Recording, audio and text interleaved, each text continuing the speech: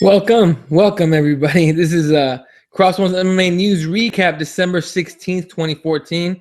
As always, my name is Eddie Law. I am your host of many things here. I host this. I do the Bad Decisions with Eddie Law. I co-host with my friend John. I have 5 rounds with John and Eddie. A lot of stuff. We do a lot of things. Anyway, so this is the very first news recap we're doing, and I'll be doing these every once in a while, actually pretty damn often, because they're news recaps, especially when big things go down. But as much as possible without my computer playing some sounds, as much as possible, I'll be doing this daily, especially so we can recap. Basically, the whole point is to recap the day in MMA news. So, a few small things here before we get to obviously the big fish of the day. Husma Paharis from World Series of Fighting, who actually tapped John Fitch via knee bar in 90 seconds last weekend, will not be penalized, will not be suspended and fined. Nothing's gonna happen to the guy over holding the submission no too long. Now we know Paul Harris, or as Goldie would say, Paul Harris. Fucking dumbass. joking, Goldie. We love you. Paul Harris has a history of doing this kind of stuff, and it's still, not gonna. I guess they're not gonna bust him for it. I'm not really sure what messages they're sending here, but I mean, it's not really a big deal. Fitch, I haven't seen anything about Fitch complaining about it, but he is a little busy today. And let's just get right to it. The big news story of the day. A lawsuit has been filed against the Ultimate Fighting Championship, the UFC, and Zuffa over well, it was done today. There was a press conference, what's it called, a conference call. By the way, I found it really weird that in 2014 we can't just put the stuff live on the air. A lot of people, a lot of journalists had, okay, there's journalists and there's journalists. A lot of people had access to this conference call, and people would live tweet it. Some people would update their news stories, as details came out. I find it really weird that you wouldn't just put it out on the internet, just stream it. That's what I would do. If I had access to that call, I'm telling you right now, I would have put that on the internet for everyone to listen to. But without getting any further into that, that's just kind of how I guess the website hits business works. You want those clicks. That's how you get advertisers and all that stuff. So anyway, so. The lawsuit is an antitrust case. It focuses on the UFC's supposed ability or market power ability to cripple the free market. It also saying that it limits the ability of fighters to earn what they're actually worth. They said a lot of things in it, and I'm actually going to read off of here, well, let me backtrack real quick. 2 journalists working for Bloody Elbow, Brent Brookhouse and John S. Nash, were the ones that broke the story a couple of days ago, that a lawsuit is imminent. So while John Nash was actually, at the actual press conference in San Jose, California, where the lawsuit was filed, by the way, at like 12:45 or something, sometime they gave out. Excuse me.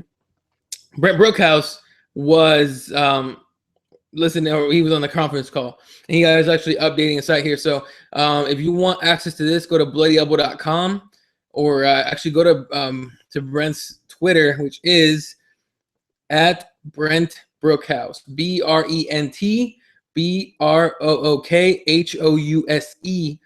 He's managing editor of Bloody Elbow. Anyway, so you go to his Twitter and just scroll down, you'll find the link to this exact updates page. But there's stories everywhere about it now.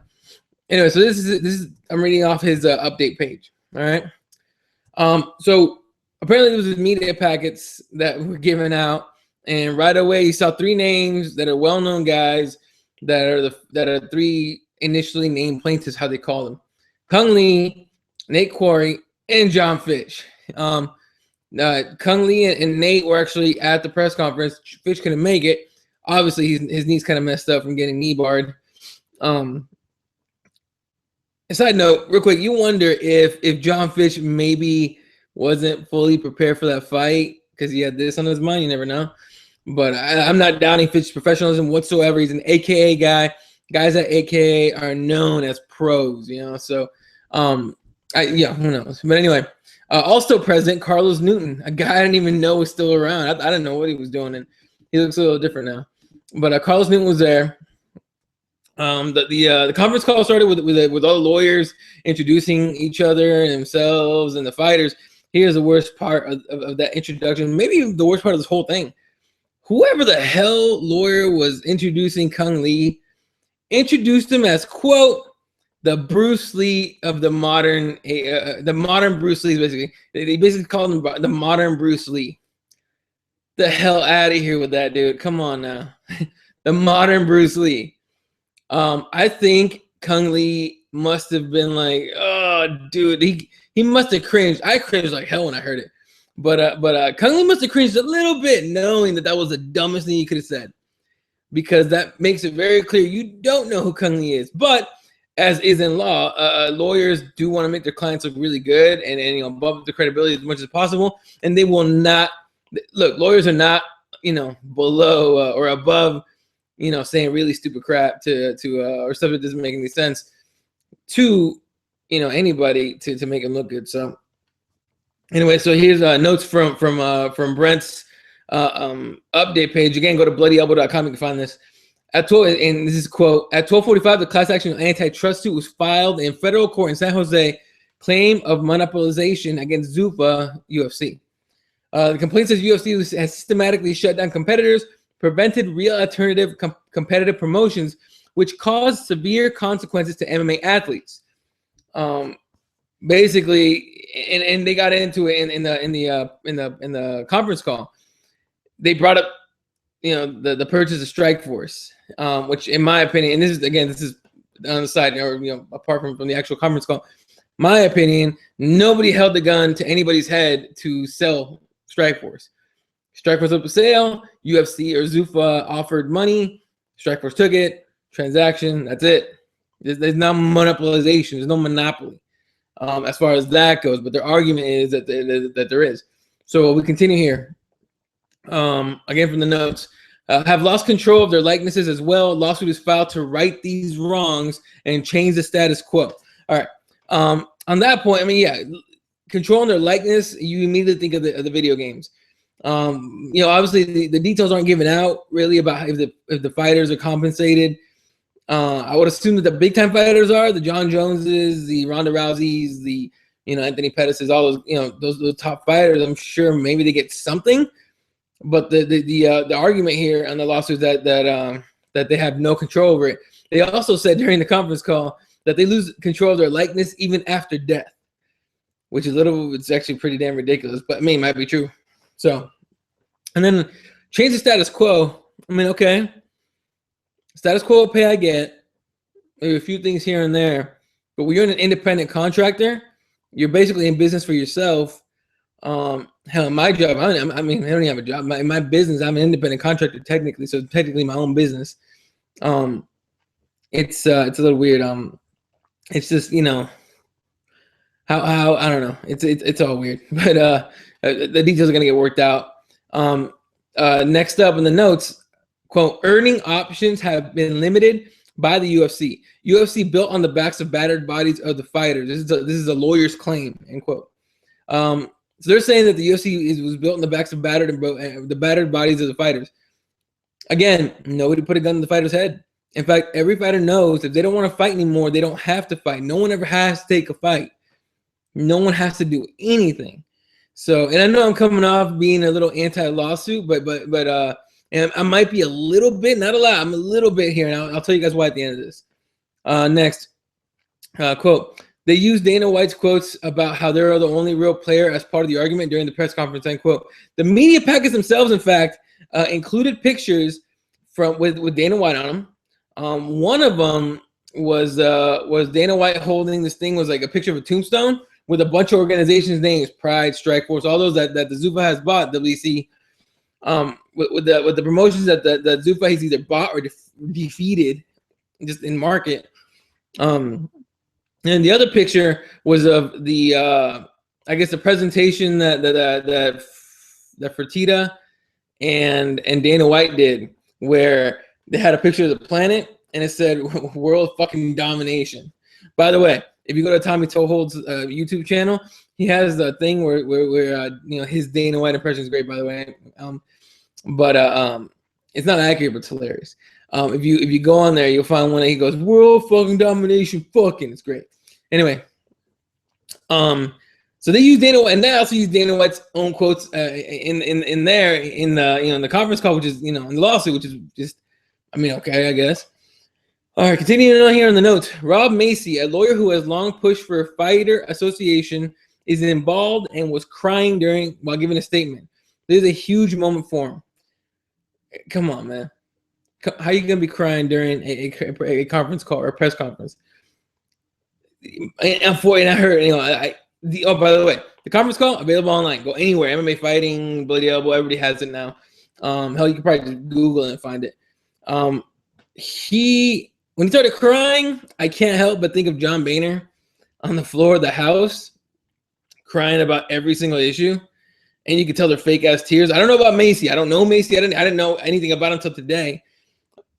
Excuse me, but you know, he's crying about it. He's thanking, you know, Carlos Newton or Charles. What the hell? He's thinking Newton. Yeah, Carlos Newton. Sorry, it's getting late here in Arizona. It's Carl. He's thanking Carlos Newton. He's thanking Kung Lee, thanking John Fitch. He's doing all that stuff, and he's just, you know, tearing up. I just thought it was okay, whatever, weird. And continuing on, Kung Lee gives a statement, says that he's honored to be involved, not much more. Kung Lee, that's pretty much all he said was I'm honored to be involved. I'm not sure what's in it for Kung Lee. I'm not sure what he's trying to do. I mean, maybe he's still, you know, pissed off about the UFC basically, what's it called, accusing him of using performance-enhancing drugs, which I'm not completely convinced he didn't, but okay, let's just go with whatever's on the record. After that, Nate Quarry, and this is from the notes, Nate Quarry thanks Carlos Newton and the media, saying he knows media can lose credentials. Also saying, quote, "If we don't take a stand now, nothing is going to change," unquote, Nate Quarry. Later on the notes, the event closed with Carlos Newton saying he wants to fight for what he's worth, not the generosity of others, the promoters, in parentheses. Obviously not speaking about just himself, but the idea of fighters in general having worth, end quote. So that was the end of the official, you know, statements and all that. After that, they opened it up for questions. There was a few weird questions. There was like, oh, here's the thing. A few people, actually, yeah, I think two guys, one for sure, brought up Bellator. It's like, you know, what about Bellator? What about Viacom, basically? And they, I mean, the lawyers, or somebody should, I think one of the lawyers shut down the question at first. And then it was asked again. They shut down again, saying we don't want to talk about that, but apparently it's in the lawsuit somewhere. So that's going to be kind of weird, especially with the fact that the Bellator has been gaining a lot of support. They're not gaining on UFC as far as being an equal, but they're gaining. All right, you've seen the ratings for the past few events, definitely gaining. So that was the other thing. What else was there? Somebody asked about the possible connection to the culinary union. Lawyer Redham immediately shut it down. Then the same guy kind of brought it back up again, saying this is what the readers want to know about, what our viewers want to know about, or site visitors, whatever, or fans. And the lawyer literally yelled at him, had enough, like he didn't want to talk about it. And here's what my opinion on why. The reason you don't want to be compared to the culinary union is because they look really bad. They've been looking really bad for a long time. All right. To everybody except the culinary union and its members, I guess. If you want to know about that, Google it. I don't feel like explaining it. It's a long damn story. But it's somebody else that the Zupa has been having to deal with for a long time now. Anyway, and then a few more questions here and there. Nothing really huge. And let me see here. Trying to pull up what else there might have been. Anyway, so yeah, they at the end of the call, it just oh, well, thanks for coming, whatever. On that, John Fitch ended it with his weird quote about caring about the fighters, whatever, and a bunch of stuff. Here's where I found it to be really weird. Okay, it was that they're asking for hundreds of millions of dollars. They want to be compensated and all this stuff. It's a class action lawsuit, whatever. Because they want, millions, hundreds of millions of dollars. Okay, why does it look like such a money grab? And you know, and look, lawyers everywhere, and I'm not an attorney. I did take law classes, but even then, I'm nowhere near claiming any kind of, you know, any kind of knowledge of law whatsoever, or what could possibly happen in this lawsuit, right? So let's see here. This is weird. All right. So anyway, a lot of attorneys on Twitter, a lot of MMA guys that are attorneys, saying that the case is kind of weak, and I'd have to agree. Because I mean, look, to me, it doesn't look like they're actually looking out for the fighter. Not to mention the fact that they're asking for all that money. Like, okay, I get ask for money, cool. Asking for that amount of money, I don't know. I mean, to me, it seems like a money grab. I'll say this is like really, this is more of a reaction than me actually studying anything on it. That's going to be for something I do in the next few days, and as more details come out, hopefully. So yeah, that'll be fun. Here's where it took a oh shit turn to me. Some fighters that are currently fighting for the UFC, agreeing with you know, everything they said in the press conference, and going out on Twitter and saying this stuff. You know, I hope they realize this lawsuit is going to take years. This whole issue is going to take years to resolve, no matter which way it goes, for or against the UFC or for or against the fighters. It's going to take a few years. Not a good idea to piss off your boss when you live off of fighting. If you don't live off of fighting, fine, quit fighting and wait to see if you get, you know, your 10-cent check from a class action lawsuit. But yeah, overall, really, really weird thing. I don't know. So, you know, guys like, I don't even want to put names out there because I don't want to help anybody find them. But, you know, if you go on Twitter, you'll find those guys. They're all over the place. All right. So, let's see. Just making sure we got everything down as far as news goes. I actually just started doing this kind of last second. Oh, fuck, I'm an idiot. The UFC actually released a statement on it, and they were very quick about it. By the way, Dana White is on vacation in Fiji. You can go to his Instagram, and there's pictures of tuna that his family caught, that his friends caught. So, you know, either he knows about it, he's not worried about it, or just because he's on vacation, he's like, you know, screw it, I'm out, I'm tuned out, leave me alone.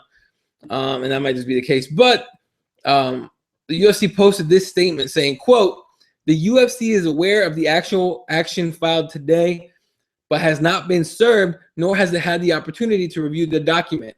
The UFC will vigorously defend itself and its business practices," end quote. So if we go by that statement, it's looking like they're in for a dogfight, and I'm talking about the fighters. So it'll be very interesting to see how it all goes down. Again, it's going to take a few years for anything to happen. I don't know. I mean, it's been one of those days where everything kind of flies at you and everything in MMA world, and coming up with an educated opinion is kind of rough. So anyway, that's going to do it for today's CrossBonesMMA news recap for December 16th. Gonna again, the aim is to do these every single day. If it's a slow news day, I probably won't post one just for the fact that you know, I don't want to come up and do like a 5-minute show. I'm sure this one's been pretty short, but you know, if there's news to talk about, for sure gonna do it. Looking to do a keyboard warrior sometime this week. If you would like to join, hit me up on Twitter at elaw31 or email. My email is eddie@crossbonesmma.com. Also follow the CrossBonesMMA at CrossBonesMMA on Twitter. Well, I can't even talk anymore. For you know, just for any other updates for the shows and all that. Also CrossBonesMMA.com. Go with that as well. We will be doing. I know we're gonna do a 5 rounds today. We'll be doing one on Saturday, and then, you know, the guys, we're gonna take a little holiday break as things get stressful during the holidays. Don't want to have to go out of our way. Oh, you can see my tattoo. Don't want to go. It's family time. You know. So thanks for joining us again. CrossBonesMMA.com, at CrossBonesMMA on Twitter, at elaw31 is my Twitter. John's Twitter is at MMA John G, and Nick, can't forget about Nick. Nick is at Nick X Micro. Again, Keyboard Warrior sometime this week. 5 rounds on Saturday, bad decisions on Sunday. This weekend, UFC on Fox Machida. And I don't even know why I'm saying this right now. This is a daily thing. So, yeah, this has been a CrossBones MMA News recap. Have a good night. And talk to you guys later.